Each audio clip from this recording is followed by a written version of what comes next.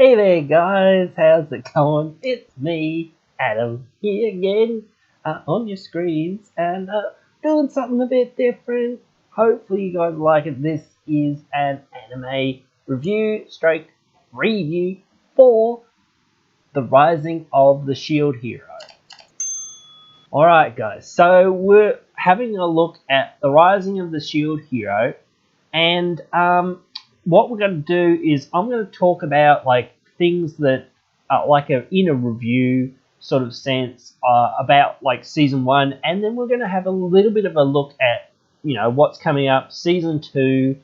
We haven't got a lot of information. We know roughly when it's coming and that, but I do want to sort of talk about, I want to start doing more of these anime reviews stroke previews, especially like there's a lot of new animes or old animes, quote unquote, that are getting a new season or whatnot, or might get a new season this year. So there's a lot to talk about, and I want to start doing something, here on the channel. So let's dig right into it, and like just going to review slightly, not too much about season 1, what I like about the anime overall, and what I don't like or whatnot. Just a review in general about the show. It's another one of those isekai type animes, so it's very sort of, well, it's not that they die essentially, but they do get transported to another world. But again, it's very formulaic in that way of saying, oh, it's an isekai. So a lot of isekais are very like this as well. So, and again, it's a very shonen sort of anime. Now, I personally like shonen anime quite a bit, but I know some people aren't the biggest fans of it because it's very sort of repetitive and very samey and, whatnot. The, protagonist is always, trying to overcome all of these obstacles, and they always do. Their journey is usually, quote unquote, pretty easy if you really look at it, because they always win pretty much. They never really lose, and when they sort of lose, they don't really lose, and it doesn't develop much character work in some people's mind, but I think it actually does develop a fair amount of character work sometimes. Overall, again, as I say, I'm a big fan of this anime. I really like it. Shield Hero, when I first heard about it and first thought, oh yeah, I'll check it out and see what it's, offering, I was thinking, oh yeah, this is another, isekai, shonen anime. And I thought, oh yeah, I'll like it probably, but I didn't think I would love it per se. Not that I love it or whatnot, but I really, really do like it. So it is a good anime, and I think it's a good anime for most people to get into watching, as long as you're semi-mature, I would say. This is definitely a, teenager plus sort of anime. Not that no one under that age group could sort of watch it and enjoy it, but there are a lot of themes and sort of swearing, I guess, in the show, and as a lot of animes do, they have fan service. So, but they also have female fan service as well. It's not just male fan service, but that is what a lot of these shows do have as well. So it's just one of those things. That's sort of the comedy of like Japan and things like this. Some of these more awkward sort of things, I guess. The protagonist in this one being dealt like, quote unquote, the worst hand in essentially in the items that they're given, because obviously he's the shield hero. In theory, the shield is the weakest of the objects and whatnot, of the weapons. If you could call a shield a weapon, I don't know how in theory you're meant to fight with a shield, although Bofuri does a interesting job of fighting with the shield as well, which is another anime we might talk about. But anyway, then sort of them, the shield hero, being seemingly like the most powerful. But I guess that's just because, you know, in a sense, he's the protagonist in a sense as well. Like, that's kind of, yeah, sure, okay, that makes sense to a degree, but it's just like, you know, as well, it's to drive that kind of narrative, I guess, against the other heroes that think they're so good, but they're actually like really weak. Even when Narufumi, you know, the shield hero, is, you know, at a much lower quote unquote level. It's a lot like a video game in a sense, where they level up and gain experience and all this sort of thing. You know, a lot of those little elements and things like that, where you can upgrade things and craft things and things like that. A lot of Sword Art Online sort of little things here and there as well. Spawning monsters and all that sort of stuff, you know, and whatnot. So I'm not going to go too deep into the story, as I sort of say, because I don't want to give too many spoilers away, even though it's been out for a while now and you can easily just watch it, or you can get it on DVD or whatever, or Blu-ray or whatever, or you can get it on Crunchyroll, or you can get it on Funimation or whatever. But still, I don't want to spoil it too much for people who haven't watched it. But it's kind of obvious, like, a lot of things that happen because of, you know, the situation that they're in.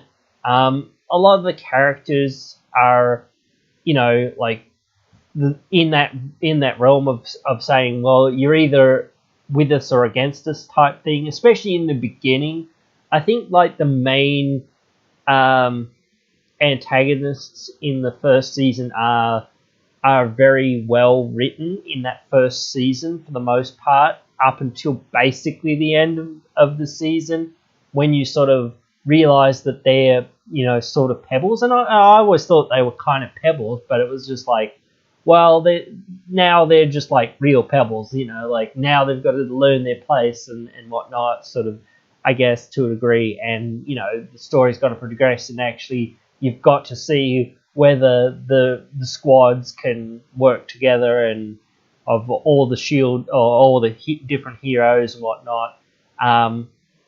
So now, what can they beat the, you know, the new dimension guys and whatnot? What's going on there? You know, what is their plan? You know, and you know, what world do they come from, and all of this sort of stuff is much more interesting, and whatnot, than just like, these are bad guys. They're doing bad things to the people that are there, but it's like they have to do that because that's their, you know, only way to survive. And Narufumi and his team are doing quote unquote bad things to them as well, to a degree, but that's what they have to do to protect themselves as well. So it's like, well, you know, that moral, like, where is like the right and the wrong? They've got to, you know, do these things to, you know, survive and to live and to whatnot, all this other stuff. So, you know, it's really interesting in that regard. But I do think that, you know, even though like some of the more antagonists that were sort of in the first season were really written well, in the second season, that since they're so muted, or going to be so muted, it's going to be interesting to sort of see where the story sort of progresses when there's not that sort of central conflict. But I guess the conflict will be, well, we've got to work together, even if we don't like each other or whatever, all this other stuff. But that's always the way, you know, like, but again, I'll start putting up to season 2 here now, and talk about what's happening with that, because it is coming soon. It starts airing in Japan in April 2022. So I'll just read what, you know, roughly is the synopsis of. So I'll put in here the trailer, and we'll sort of go through it a little bit in a minute or whatever, I guess. And we'll discuss like what's going on. All right, so that is the trailer. It's an interesting trailer. It doesn't really show us much new stuff for the new season. It basically is a highlights clip from the first season showing some stuff Philo did, the bird companion, and whatnot. And then just like icon image for, or well, art images for the actual season and whatnot. So, like, we won't know too much more right now for what's going on with the second season, what it's actually going to contain. But it's obviously, going to, you know, you know, keep furthering on the whole, we have to fight the waves. We have to, work together with the other, weapon heroes, and they have to work with us and whatnot. Even though they're not whatever as nice or as interesting, I guess. So yeah, like I guess it's one of those things. They're always combative and bashing heads, sort of thing. So, like again, I expect some of that sort of thing to be following through with season two a bit. Um, but again, I like this series. So my recommendations, again, sort of, I guess, is that if you haven't checked this out, that you should try to check it out. If you haven't watched season one, it's not impossible just to jump into season two and start watching, but season one is fairly short, realistically, if you want to jump in and watch it to catch up on really what's happening. And I don't want, as I say, don't want to spoil too much, blow for blow or whatnot. I just want to go over the main sort of points of some of the story that's important, that sort of shapes the narrative of going into the second season. Um, so that's pretty much it for what we're going to discuss here with this one. But yeah, like if you're of a certain age, I think, like, again, I'll say this again, it's mostly a teenage plus sort of anime. That's it's not for kids really. Like, in my opinion, at least, like, there's too much swearing and whatnot, that sort of thing going on sometimes, and people calling each other the B word and whatnot. Even that, I know some people will say, "Oh, so what?" I know, but yeah, like, again, if you were thinking about a PG audience or whatnot, so yeah, that's also what the channel's about. Again, PG audience, so. I just try to talk about these things in that existential way of saying there is violence, there is blood, there is gore, there is this, there is that, there is fan service, sometimes there is sort of nudity and things like that or whatnot in some of these things or whatnot. Or this is a very ecchi show or whatever, like, depends what it is. But again, like, those are the things that I'll try to include in some of these, because, like, giving it a rating, it'll probably be M, I'm guessing, maybe PG. I'm not 100% sure, but I think the first season was PG. I'm thinking. So again, you can sit down with 13, 14 year olds and watch this pretty fine. It's not that bad. It's not too bad, but there are some moments in it that are a bit, oh no, hide the eyes, kids, or whatever, I don't know, or hide your eyes, mum, whatever, things like that. I swear, mum, it's I'm into the fighting parts or whatever, the real, like, story part.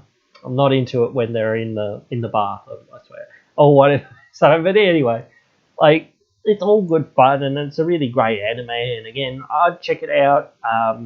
Yeah, again, if you want to check out season one before getting into season two, be good. But I don't think it's ever that bad to jump into a season two, because a lot of the stuff is usually recapped pretty well and doesn't hurt you too much to dive right into the story anyway. So yeah, it's just fine to dive right into it as it is. But anyway, guys, that is pretty much it, as I sort of said before, for this one. So let me know what you think. Do you like these anime review, preview sort of things that I'm starting to do? Do you want to see more? What ones do you want to see? Because I want to do most of the ones for anime that are coming out this year. I picked this one first. I was actually going to do My Hero Academia, but I realised it's much later in the year, so I might do it down the road. But yeah, definitely I'll do many more of these. So yeah, let me know if you like it, at least, or if you want to see more or what you want to see. And yeah, I'll see you down there in the comments below. I'll definitely try to respond to all comments. Really do enjoy interacting with you guys. So yeah, I'll see you down there in those comments, or I'll see you in the next one. Hey, you've just finished watching one of our videos. A bunch of other videos are popping up on your screen now for you to check out, so why not check them out?